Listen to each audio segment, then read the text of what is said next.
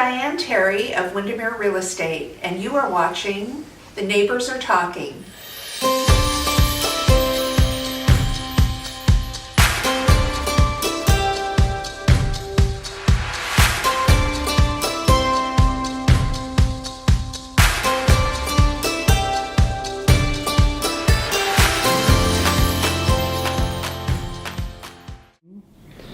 Hello everyone, this is Diane Terry with Windermere Real Estate. I'm starting 2019 with a new series of YouTubes that is called The Neighbors Are Talking, which, as you know, has been my slogan since the very beginning 28 years ago. There's no neighbor that's been more interesting to me or fascinating to me in my 28 years in real estate than Florence Helliesen. She really understands the history of Queen Anne Park, which is one of my most favorite pockets of Queen Anne, and it is very special, and I thought that I would invite Florence today to share her knowledge with us of the history of Queen Anne Park. So Florence, thank you for coming, and can you please share with us how you came upon Queen Anne Park? In 1977, my husband and I had just become engaged, and we were in our early 30s, and he was working out of his partner's house on Kinnear on the south slope of Queen Anne, and I was teaching school in Redmond, and we didn't really want to live in the suburbs. I understand that. Exactly, and so we had thought, well, maybe Madison Park, maybe Montlake, but there really was nothing there that was going to work for us, or at least we hadn't come across it. So one Sunday morning I was looking in the paper, and there was this little house on Conkling Place that was on the market, and the house would not have worked for us at all, but we fell in love with the neighborhood. Later in July, I shrieked because there was a house. It's next to the house where I am right at this moment in Queen Anne Park. And so we came, we looked at the house, we fell in love with it. We already were in love with the neighborhood. And there were two full price offers. Oh, so it was a hot market even back then? It was a hot market even back then. And what year was that again? 1977. Yeah. And by the way, Diane sold our house for us, and she did a fabulous job. Thanks, Florence. Now, Queen Anne Park's always had this fallacy, this notion about it, that it was something other than it really was. And it wasn't until you started digging in and doing the research, which, by the way, is prolific, and anyone that wants to get into it can go to the Queen Anne Historical Society website, and there's reams of the research that you've done. But tell us what was the fallacy and what got you started on really digging into what happened way back when? Well, way back when, in 1925, I had learned, and it is true, that there was a gentleman named George Morford, and he bought this property, and it was sold by the city of Seattle, and he bought the entire neighborhood that now has almost 230 houses in it for $25,000. Oh. And one of the rumors about this neighborhood that realtors were telling us is that this was going to be a gated community like Broadmoor and the Highlands. And Queen Anne Hill, as you know, is a hill. It's a series of hills, but a gated golf course community. Yeah, I always heard that it was supposed to be a gated golf course community, and I'm looking at the topography and I'm thinking, I don't golf, but it didn't seem plausible.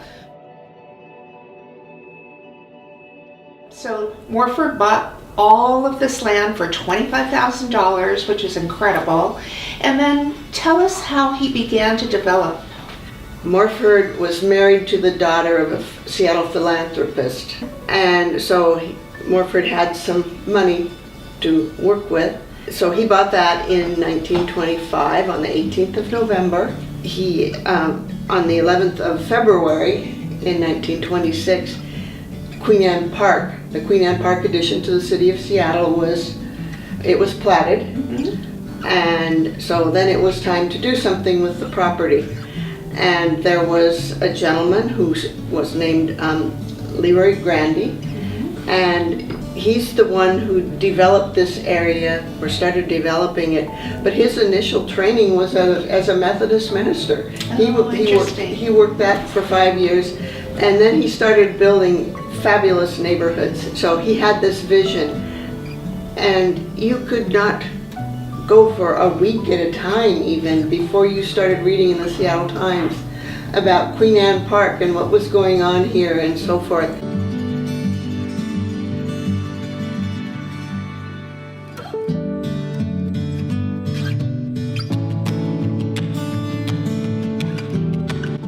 Tell us about the styles of homes that were offered at the time.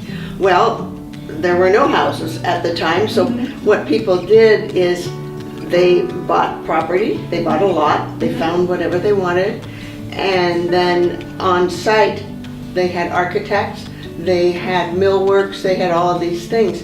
So they bought the house basically and the lot together, and then they could either buy one of the few that had already been built, or they could have their architect design one for them. And the house that we're sitting in right now was designed by someone named Fred Rogers, who also designed our house next door. Fred Rogers is somewhat known for his Tudors, and especially on Conkling Place here, where we are, there seem to be several of them. And everyone that I have sold, you know, the craftsmanship is, even after all these years, impeccable, and some really fine attention to detail. Another thing that I've always noticed is that there's a little breakfast nook in the kitchen, which I think is darling, and coved ceilings, leaded glass, beautiful inlaid wood floors, all kind of trademarks of that era. One thing I noticed in Queen Anne Park is that the style of homes are varied. They're not all Tudors. We even have some Spanish style homes here.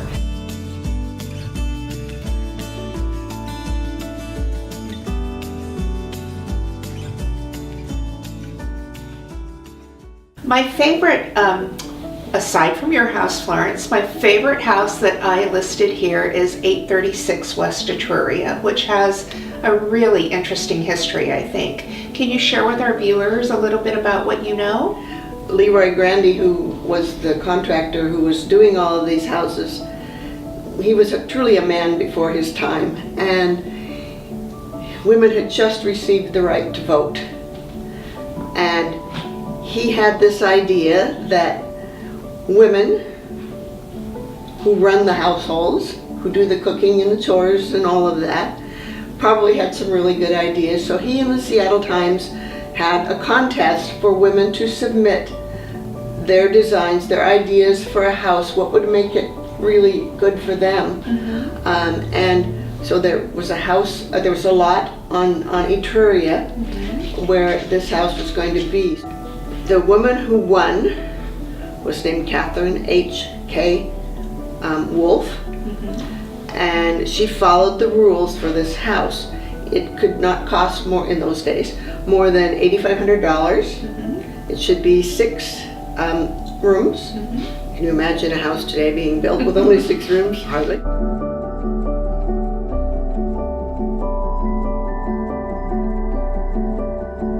One of the things is that they really wanted to use all local materials, all Northwest materials. And so they had their local mill shop right here in Queen Anne Park. And most of the homes that I've seen have beautiful inlaid mahogany and oak floors. I mean, the craftsmanship in these homes is really second to none.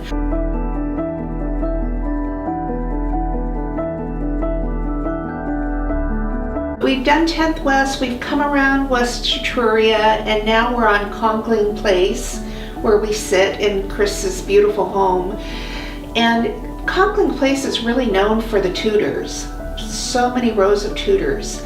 Can you tell us a little bit more about those? Fred Rogers, the architect who designed this house we're sitting in our house, we believe also designed some of the other ones, but because when Queen Anne Park was being built, we were running into the years of the Depression. Right. For a long time, there were partially completed houses on the street and so forth. There is one of the Tudors that's down here, we call the five, because there are five that have a lot of similarities. But I looked and I found that the initial permit for building the house was dated, and then a couple of years later there was another permit, and it just said like continuation of, and listed the first permit.